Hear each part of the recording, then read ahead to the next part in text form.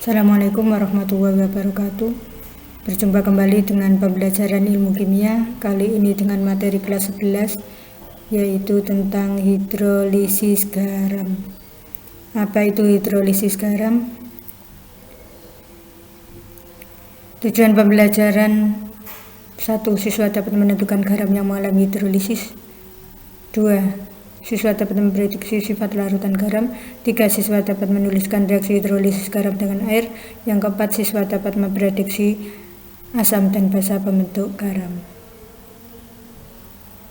Hidrolisis garam adalah reaksi antara air dan ion-ion yang berasal dari asam lemah atau basa lemah suatu garam. Jenis-jenis garam yang mengalami hidrolisis. Garam yang terhidrolisis dalam air akan bersifat asam, basa, atau netral.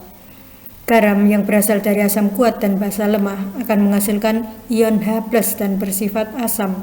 Sedangkan garam yang berasal dari basa kuat dan asam lemah menghasilkan ion OH- dan bersifat basa. Garam yang berasal dari asam lemah dan basa lemah sifatnya tergantung harga Ka dan Kb. Jika harga Ka lebih besar daripada Kb, maka garam bersifat asam. Jika harga Ka lebih kecil daripada harga Kb, maka garam bersifat basa. Dan jika harga Ka sama dengan Kb, garam bersifat netral. Adapun garam yang berasal dari asam kuat dan basa kuat tidak mengalami hidrolisis dan bersifat netral. Jadi garam yang mengalami hidrolisis ada 3 macam. 1. Garam yang berasal dari asam kuat basa lemah. Yang kedua, garam yang berasal dari basa kuat asam lemah. Dan yang ketiga, garam yang berasal dari asam lemah basa lemah. Reaksi hidrolisis. Garam yang berasal dari asam lemah basa kuat, misalnya CH3CONa, akan terionisasi menjadi CH3COO- dan Na+.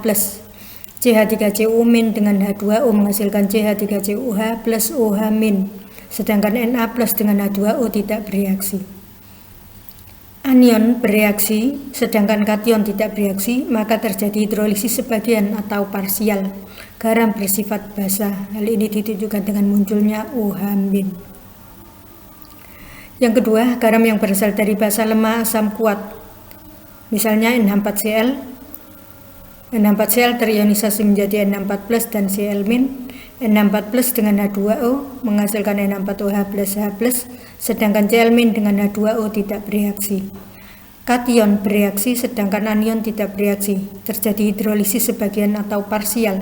Garam bersifat asam. Hal ini ditunjukkan dengan munculnya H+.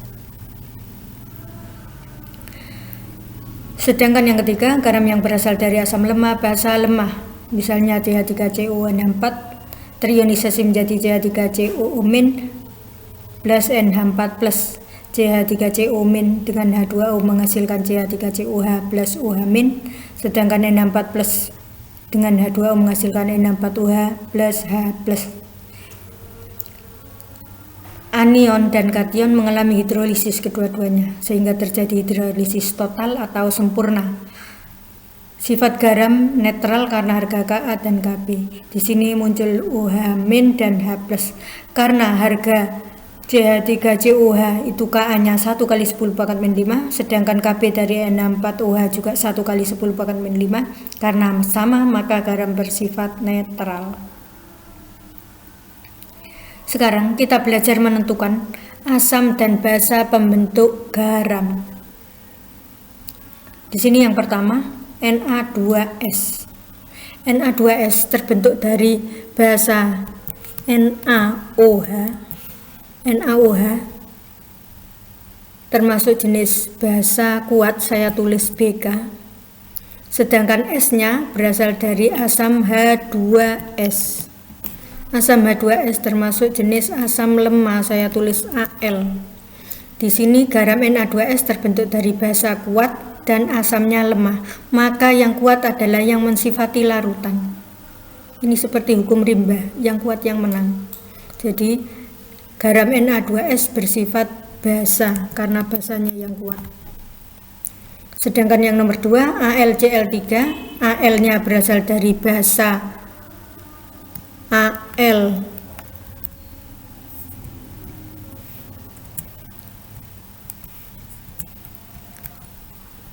OH3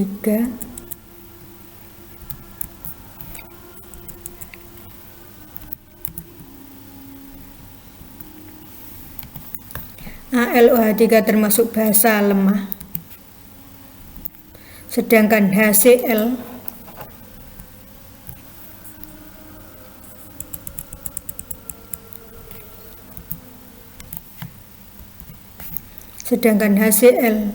termasuk asam kuat,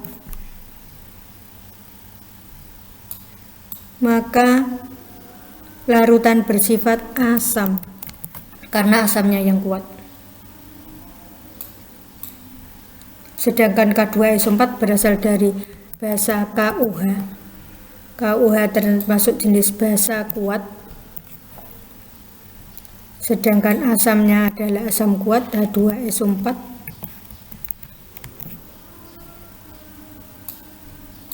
Asam kuat.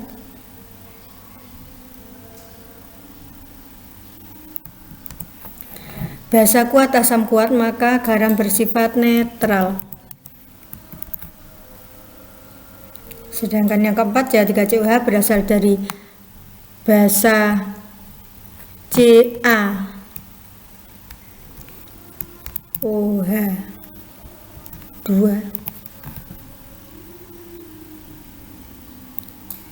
yaitu jenis basa kuat.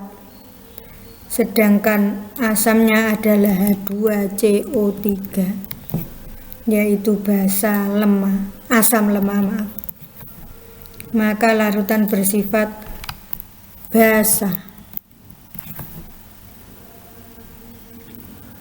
Sedangkan yang ketiga, NH4NO3 berasal dari basa NH4OH,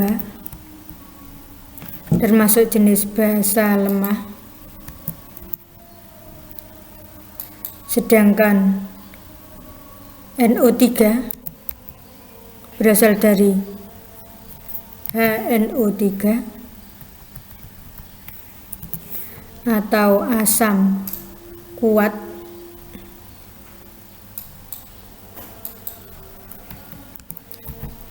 karena basanya lemah, asamnya kuat, maka garam bersifat asam. Demikianlah cara menentukan asam basa pembentuk garam. Di sini ada latihan soal.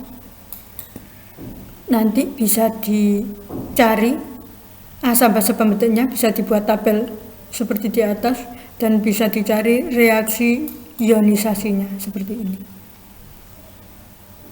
Sekian, terima kasih. Demikianlah pembelajaran hidrolisis bagian yang pertama. Bagian yang kedua nanti kita akan menentukan pH garam yang mengalami hidrolisis.